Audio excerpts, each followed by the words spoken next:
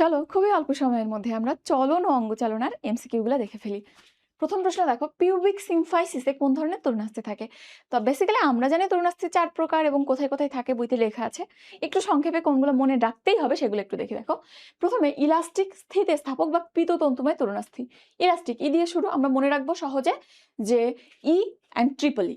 ই থাকে কোথায়? Elastic cartilage ট্রিপলিতে থাকে। ই ফর প্রথমে এক্সটার্নাল ইয়ার বহিকর্ণ, এপিগ্লটিস, তারপরে ইউস্টেশিয়ান টিউব। এই তিনটা জিনিস মনে রাখবো, সহজে মনে থাকবে। এরপর দেখো শ্বেততন্তুময় তরুণাস্থি, যেটা শ্বেততন্তুময় বা ফাইব্রাস তরুণাস্থি, এটা বডির মিড লাইনে থাকে। মিড লাইনে ভার্টিব্রার মাঝখানে যে চাকতিগুলো থাকে, দ্যাট ইজ ইন্টারভার্টিব্রাল ডিস্ক বা আন্তঃকশেরুকা চাকতি। আরেকটা জিনিস হচ্ছে পিউবিক সিম্ফাইসিস, দুইটা হিপ বোনের মাঝখানে সামনে পিউবিস দুইটা যেখানে যুক্ত হয় সেখানটাতে থাকে। সো দুইটা জিনিস, ইন্টারভার্টিব্রাল ডিস্ক আর পিউবিক সিম্ফাইসিস, এই দুইটা শ্বেততন্তুময়ের মধ্যে মনে রাখবো, বা ফাইব্রাস বা হোয়াইট ফাইব্রাসে মনে রাখবো। আর আরেকটা হচ্ছে চুনোময়। চুনোময় তরুণাস্থিগুলা লং বোনের মাথায় থাকে।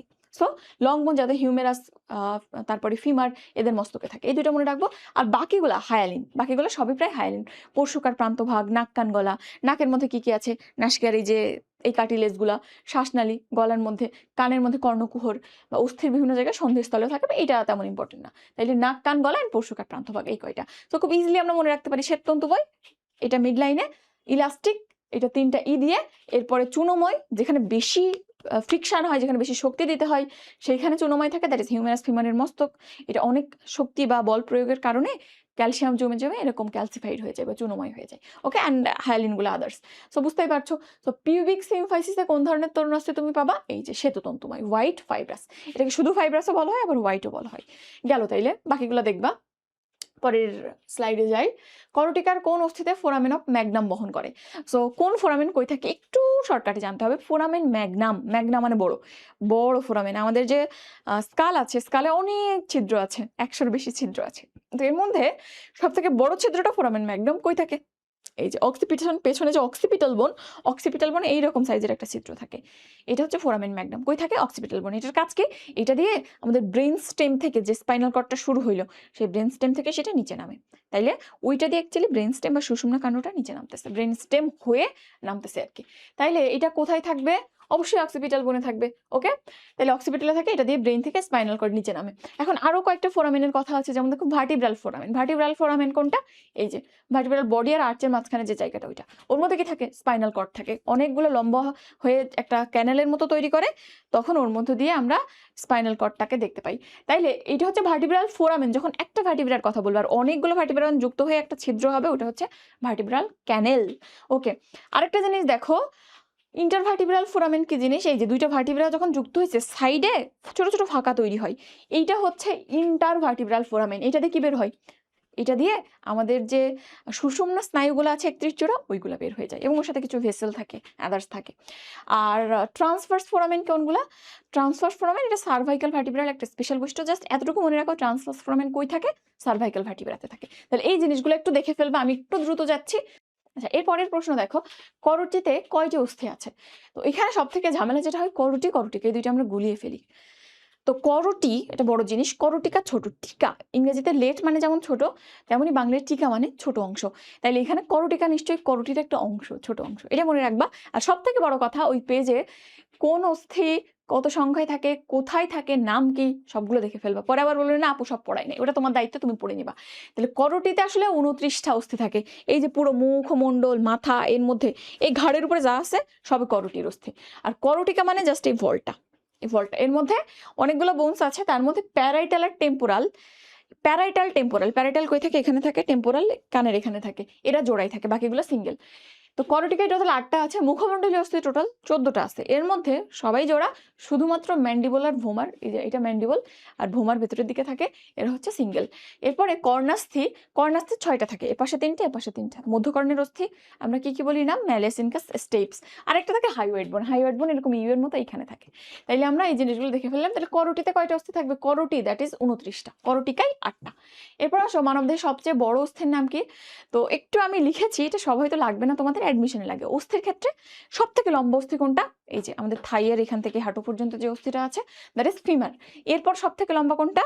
আমাদের নিচের পায়ের অস্থি, হাঁটু থেকে গোড়ালি পর্যন্ত, সেটা হচ্ছে টিবিয়া, মনে রাখিও। আর সব থেকে ছোট কোনটা? স্টেপিস। এই তিনটা তথ্য কিন্তু লাগে। সব থেকে লম্বা ফিমার, তারপর টিবিয়া, এবং সব থেকে ছোট যদি বলি মধ্যকর্ণের অস্থি স্টেপিস। মাংসপেশির কথা যদি বলো, মাংসপেশির ক্ষেত্রে এখানে দেখো লম্বাই বেশি বড় হইতে পারে, আবার বালকে বড় হইতে পারে। লম্বাই সব থেকে লম্বা পেশি হচ্ছে সার্টোরিয়াস, এটা ফিমারকে র্যাপ করে থাকে, কোমর থেকে হাঁটু পর্যন্ত যায়। তাহলে সব থেকে লম্বা পেশি সার্টোরিয়াস। আর বাল্ক বা আয়তনে সব থেকে ভারী কোনটা? এটা হচ্ছে গ্লুটিয়াস ম্যাক্সিমাস, এটা হচ্ছে আমাদের বাটকের মাসল। আর সব থেকে ছোট স্টেপিসের সাথে মধ্যকর্ণে একটা মাসল থাকে স্টেপিডিয়াস, এইটা হচ্ছে সব থেকে ছোট। ওকে, তাহলে এই জিনিসগুলো আমরা দেখবো। তো সব থেকে বড় অস্থি কোনটা? ওই যে ফিমার, ঘ। সবকিছু না পারলেও ওই প্রথমটা অস্থিগুলো একটু মনে রাখিও। এরপর আসলে মানুষের মেরুদণ্ডে লাম্বার কশেরুকার সংখ্যা কত? আমরা এখানে একটা নেমরিক মনে রাখি, ক্যাটল স্যাক, CTLSC। তো সার্ভাইকাল 7টা, থোরাসিক 12টা, তারপর 5টা 5টা 4টা, 7 12 5 5 4, এভাবে আমরা মনে রাখি। তো এর মধ্যে আবার স্যাক্রাল আর কক্সিজিয়াল যেটা, এটা একটা সার্টেন এজের পর ফিউশন হয়ে একটা বনি পার্টে পরিণত হয়ে যায়। তো এখানে আমরা সংখ্যাগুলো এভাবেই মনে রাখবো। ফিউশনের পর যে একটা একটা হচ্ছে এইটা বলার দরকার নাই, তুমি 5 এবং 4ই মনে রাখবা। তো প্রাইমারি অবস্থায় এজন্য ভার্টিব্রার সংখ্যা থাকে 33টা, কিন্তু ফিউশনের পর সেটা 26 হয়ে যায়। এজন্য কোথাও 33 আছে, কোথাও 26 আছে, বুঝছো? এটা একটু দেখিও। তো তাইলে লাম্বার কশেরুকার সংখ্যা কত? লাম্বার বা কোটি দেশীয় কশেরুকা 5টা, আনসার হচ্ছে 5। বুঝছো? এই সংখ্যাটা খুব ইম্পর্টেন্ট, ক্যাটল সাক দিয়ে মনে রাখবা। আরেকটা জিনিস, অক্ষীয় কঙ্কালে কয়টা অস্থি আছে, রূপাঙ্গীয়তে কয়টা আছে? অক্ষীয় কঙ্কাল, মাথা অ্যান্ড স্পাইনাল কর্ড, খাঁচা, এইগুলো মিলে সেন্ট্রালি যেগুলো আছে এখানে 80টা আছে। আর উপাঙ্গীয় এই যে হাত পা, এখানে 126টা অস্থি আছে। এরপরে অস্থির আবরণীর নাম কি? দেখো এখানে অনেক কিছুর আবরণীর নাম আছে, আমি লিখেছি। পেরিঅস্টিয়াম কার আবরণী? এইটাই অস্থির আবরণী। পেরিকন্ড্রিয়াম কার্টিলেজের আবরণী। এরপরে পেরিকার্ডিয়াম, এটা হৃৎপিণ্ডের আবরণী। স্তরটাকে আমরা এপিকার্ডিয়াম বলি, আমরা কিন্তু এটা পড়েছিলাম রক্ত সংবহনে, রক্ত সঞ্চালনে। তাহলে পেরিকার্ডিয়াম এটা বাইরের যে লেয়ার কাভারিংটা, আর ডিরেক্ট যদি স্তর বলো একদম বাইরের স্তরটা এপিকার্ডিয়াম। তাহলে পেরিকার্ডিয়াম, এপিকার্ডিয়াম গুলাবানা, প্লিউরা এটা ফুসফুসের আবরণী। আরো আছে, মস্তিষ্কের আবরণী হচ্ছে মেনিনজাস। আর মোস্ট ইম্পর্টেন্ট যেটা, যকৃতের আবরণীর নাম কি? Glisson's capsule. ওকে, সব গেল। তাহলে এখানে অস্থির আবরণী কোনটা? পেরিঅস্টিয়াম, ক। এরপর আসো, এক্সিস্ট কোন অঞ্চলের কশেরুকা? তো এরকম নাম ধরে বললে আসলে নামীয় কশেরুকা তোমাদের তিনটাই দেওয়া আছে, অ্যাটলাস, এক্সিস্ট আর ভার্টিব্রা প্রমিনেন্স। তিনটাই সার্ভাইকাল কশেরুকা। সার্ভাইকাল 1 নম্বরকে বলে অ্যাটলাস, 2 নম্বরকে বলে এক্সিস্ট, 3 নম্বরকে বলে ভার্টিব্রা প্রমিনেন্স। কোনটা কিরকম দেখতে, কেন কি নাম হইলো একটু জানবা। প্রথমে অ্যাটলাস, এটা আংটির মতো দেখতে। এবং কেন এর নাম অ্যাটলাস হইলো? দেবতা অ্যাটলাস যেমন ধারণা করা হয় যে পৃথিবীটা মাথার উপর নিয়ে চলতেছে, তেমনি এই যে কশেরুকাটার উপরেই তো আমাদের মাথার গ্লোবটা থাকে, ব্রেইনটা, এটা তো পৃথিবীর মতোই গোলাকার। তো এই জন্য এটাকে অ্যাটলাস বলে। এক্সিসে একটা ওডোনটয়েড প্রসেস থাকে, এরকম ওডোনটয়েড প্রসেস থাকে, এর চারিদিকে মাথাটা ঘুরে, এই যে ঘাড় নাড়াচ্ছি, ওডোনটয়েড প্রসেসকে ঘিরে এভাবে করে রোটেট করতে থাকে, এই জন্য এটাকে এক্সিস বলা হয়, অক্ষ বলে। আর ভার্টিব্রা প্রমিনেন্স, প্রমিনেন্স কেন বলে? কারণ এখানে স্পাইনাস প্রসেসটা অনেক লম্বা হয়। ঘাড়ে হাত দাও, এখানে একটা শক্ত দেখবা কি যেন বের হয়ে আছে, যেখানে ঘাড় আর পিঠের শুরু, ওইটা হচ্ছে এই ভার্টিব্রা প্রমিনেন্সের স্পাইনাস প্রসেস। এটা সব থেকে প্রমিনেন্ট থাকে স্পাইনাস প্রসেসটা, এই জন্য এর নাম ভার্টিব্রা প্রমিনেন্স। ওকে, সো এক্সিস কোন দেশীয় কশেরুকা? গ্রীবা দেশীয় বা সার্ভাইকাল কশেরুকা। ইংরেজি বাংলা দুইটাই জানা লাগবে। এরপর ফিমারের মস্তক কোথায় আটকানো থাকে? দুটো জিনিস একটু জানা লাগবে। ফিমারের মস্তক কই আটকানো থাকে, হিউমেরাসের মস্তক কই আটকানো থাকে। ফিমারের মস্তক আমাদের যে হিপ বোন, এই হিপ বোনের অ্যাসিটাবুলামের মধ্যে আটকানো থাকে। আর যেটা হচ্ছে হিউমেরাসের মস্তক, এটা কই আটকানো থাকে? এখানে স্ক্যাপুলার মধ্যে একটা গহ্বর থাকে, গ্লেনয়েড ক্যাভিটি বা গ্লেনয়েড গহ্বর, এখানে আটকানো থাকে। তো ফিমারের মস্তক অ্যাসিটাবুলামে আটকানো থাকে, এটা হিপ বোনের অংশ। আর হিউমেরাসের মস্তক গ্লেনয়েড ক্যাভিটিতে আটকানো থাকে, এটা স্ক্যাপুলার অংশ, মনে থাকবে। আর এখানে আরো দুইটা অপশন আছে, দেখো অবচুরেটেড ফোরামেন। অবচুরেটেড ফোরামেন কোনটা? এই যে হিপ বোনে এই পিউবিস আর ইস্টিয়ামের মাঝখানে যে অংশটা, এটা হচ্ছে অবচুরেটেড ফোরামেন। আর ইন্টারকন্ডাইলার নচ হচ্ছে ফিমারের নিচের প্রান্তে এরকম অংশ থাকে, হাড্ডি খাইছো যারা দেখতেছো, মাঝখানে একটু ডিপেন্ডেন্ট থাকে, দুই পাশ উঁচু মতো থাকে, এটা হচ্ছে ইন্টারকন্ডাইলার নচ। হ্যাঁ, এটা ফিমারের অংশ, একটু দেখবা। এরপরে 9 নম্বর টেন্ডনের ক্ষেত্রে কোনটা সঠিক? দুইটা জিনিস আছে, টেন্ডন এন্ড লিগামেন্ট। দুইটা কিন্তু জিনিস একই, টাইপ একই, কিন্তু কাজ করে আলাদা আলাদা। সো লিগামেন্ট যেটা, এটা একটা বোনের সাথে আরেকটা বোনের কানেকশন তৈরি করে, ফাইব্রাস ব্যান্ড। আর টেন্ডন যেটা, একটা মাসলের প্রান্তভাগ, যেটা শক্ত দড়ির মতো হয়ে বোনে যে লাগে, অর্থাৎ এটা বোনস এবং মাসলের মধ্যে কানেকশন তৈরি করে। আর লিগামেন্ট বোন এন্ড বোনের মধ্যে কানেকশন তৈরি করে। এটা কিন্তু অনেকবার আসছে। সো টেন্ডনের কাজ কোনটা? পেশিকে অস্থির সাথে যুক্ত করে। ওকে, এরপরে কোনটি দ্বিতীয় শ্রেণীর লিভার? একটু লিভারের ক্ষেত্রে মনে রাখবা, প্রথমত কোন লিভারটা কোথায় পাওয়া যায়। মানব দেহে কি কি থাকে এটা লাগলেই হবে, এটা জানলেই হবে, অন্যগুলো লাগবে না, ঠেলা গাড়ি, নেইল কাটার, এগুলো না।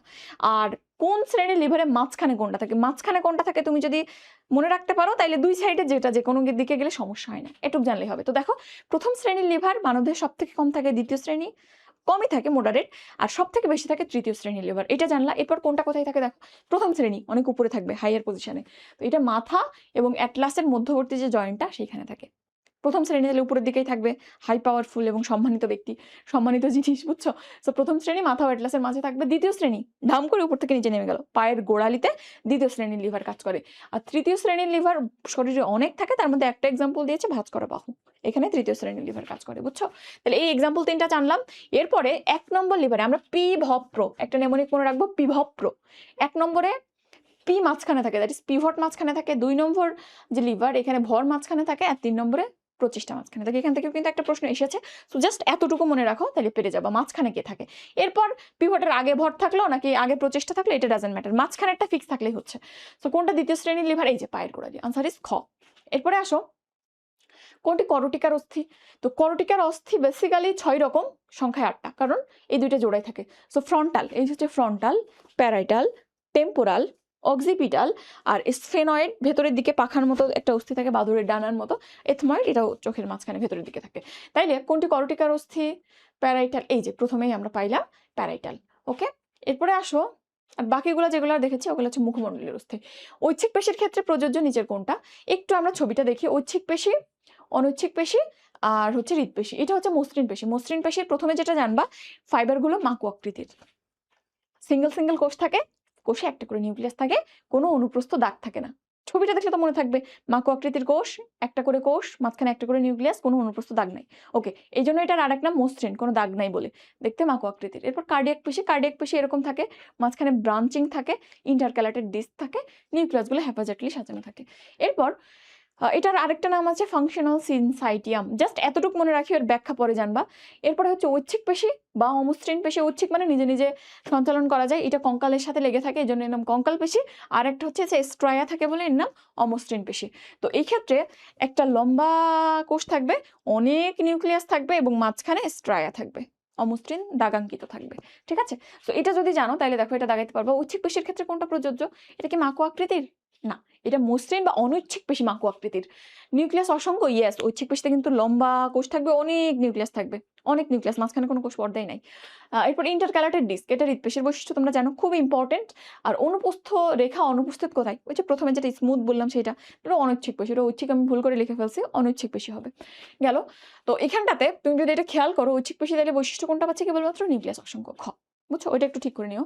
এরপরে অস্থিতে 4 ধরনের কোষ থাকে, একটু আমি লিখেছি ওই রিলেটেড, একটু দেখো। 4 ধরনের কোষ, প্রথমে অস্টিওপ্রোজেনেটর সেল, অস্টিওব্লাস্ট, অস্টিওসাইট, অস্টিওক্লাস্ট। এর মধ্যে এটা তোমরা জানো, অস্টিওক্লাস্ট এটা বোন ম্যাক্রোফেজ, ম্যাক্রোফেজ হিসেবে কাজ করে। অস্টিওব্লাস্ট যেটা, এটা ইম্যাচিউর সেল, আর অস্টিওসাইট যেটা, এটা ম্যাচিউর সেল। জাস্ট এতটুকু গেল। এরপর দেখো, এটা আমরা দেখেছি ইন্টারক্যালাটেড ডিস্ক কই পাওয়া যায়? কার্ডিয়াক মাসলে। আদার্স তুমি জানো, ছবি চিন্তা দেখবা, যে কথাগুলো বলেছি রিক্যাপ করবা। ওকে, এরপর মানুষের টার্সাল অস্থি কোনটা? এখানে 2টা নেমোনিক দিয়ে সবাই মনে রাখে, আসলে নেমোনিক ছাড়া এটা মনে রাখা যায় না, একটু মনে রাখিও। এটা টার্সাল অস্থির ক্ষেত্রে ফর্মুলাটা হচ্ছে ক্যাটরিনা কিনে কুনিফর্ম বা ক্যাট কিনে কুনিফর্ম। আর কার্পালের ক্ষেত্রে she looks too pretty try to catch her. এটা ইন্টারন্যাশনাল লেভেলের একটা নেমোনিক, বুঝছো? তো যাই হোক, তো প্রথমে যদি টার্সালের ক্ষেত্রে দেখো, ক্যাট, ক্যা ফর ক্যালকেনিয়াস, টি দিয়ে ট্যালাস, তারপর কিনে কিউবয়েড, নে দিয়ে নেভিকুলার, আর 3টা থাকে কিউনিফর্ম। তাহলে গেল 4টা, 3টা, 7টা নাম, 7টা জানলাম।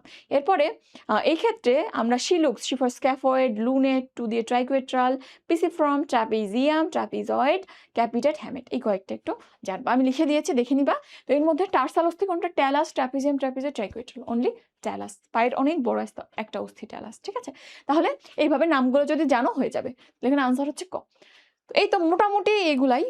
সো আমি হাবিজাবি টপিকগুলো তোমাকে কাভার করে দিয়েছি, যেমন লিভারের বাইরে থেকে সাধারণত লাগবে না, অনেক টপিক আর বাইরে লাগবে না, কিন্তু তোমাকে ওই যে অস্থির চার্টটা আছে, যে বক্সটা আছে, ওইটা ডিটেলসে পড়তে হবে, বুঝছো?